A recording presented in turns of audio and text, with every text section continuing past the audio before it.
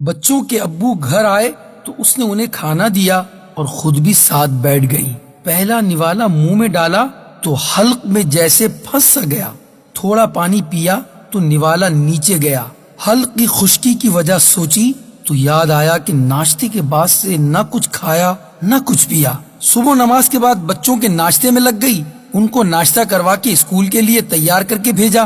ہے تجھ سے اس زندگی میں سوارا گھر جلدی جلدی تھوڑا سا ناشتہ کیا تو بچوں کے ابو کے آفس کا ٹائم ہو گیا۔ ان کا ناشتہ تیار کیا، وہ ناشتہ کرنے لگے تو جب تک اس نے کپڑے استری کیے وہ ناشتہ کر کے نہانے چلے گئے۔ اتنے میں ساسو ماں نے ناشتے کی آواز دے دی، بیٹا مجھے ناشتہ دے دو۔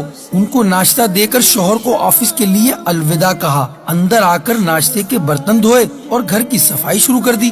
جھاڑو پوچھے سے فارغ ہو کر امی کو دوائی لا کر پلا دی۔ پھر سوچا 2 گھڑی کمر سیدھی کر لوں، مگر اس وقت گیٹ بجا۔ جا کر دیکھا تو محلے کی خالہ آئی تھی امی سے ملنے کے لیے۔ ان کے لیے چائے وغیرہ بنا کر فارغ ہوئی تو ٹائم کافی ہو گیا تھا، لہذا دوپہر کے کھانے کا اہتمام شروع کیا۔ سالن چولہے پر چڑھا کر روٹی کی طرف مڑی۔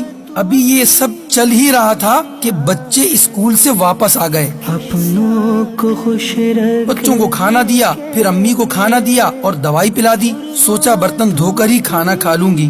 برتن دھو کر فارغ ہی ہوئی تھی کہ فون بج اٹھا۔ آگے بچوں کی پھوپھو تھیں، بولی ہم اپنے گھر سے نکل چکے ہیں، تمہارے یہاں آ رہے ہیں تھوڑی دیر کے لیے۔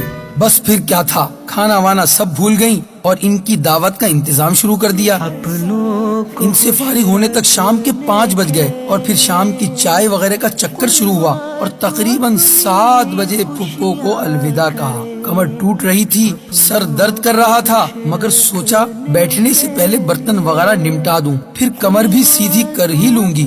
ابھی برتنوں سے فارغ نہیں ہوئی تھی کہ شوہر صاحب آفس سے واپس تشریف لے آئے۔ ان کو پانی دیا، جب تک وہ فریش ہوئے یہ برتنوں سے فارغ ہو گئیں اور ان کو کھانا دیا اور خود بھی ساتھ ہی بیٹھ گئیں۔ ابھی پہلا نوالا لیا تھا جو حلق میں پھنس گیا۔ وجہ سوچی تو پورے دن کا منظر نظر میں گھوم گیا۔ ہے تجھ سے حلق میں نوالا پھنسنے کی وجہ سے آنکھوں میں پانی آ گیا۔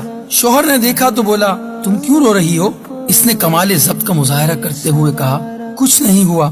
شوہر ہنس دیا اور اکتاہٹ سے بولا ایک تو تم عورتوں کی بھی کچھ سمجھ نہیں آتی، ذرا سی بات پر بس رونا شروع کر دیتی ہو۔ صبح سے اب اس کا ضبط جواب دے چکا تھا، اس کی آنکھوں سے آنسو نکل پڑے تھے۔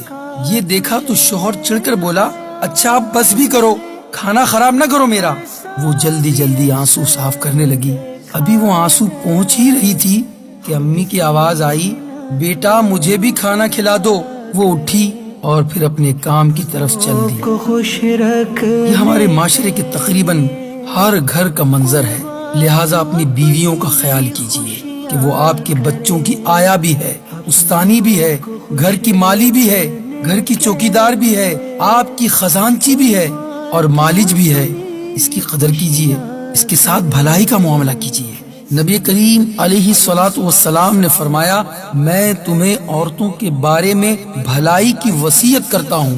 غور کیجیے اور خوب غور کیجیے، اپنی زندگی کا جائزہ لیجیے، اپنے گھر کا جائزہ لیجیے، کہیں ایسا تو نہیں کہ آپ کے ساتھ بھی ایسا ہی معاملہ ہو۔ قدر کیجیے، کل آپ کی بھی قدر کی جائے گی۔ سہارا بنیے، کل آپ کو بھی سہارا دیا جائے گا۔ گھر آنگن کو تو نے سنوارا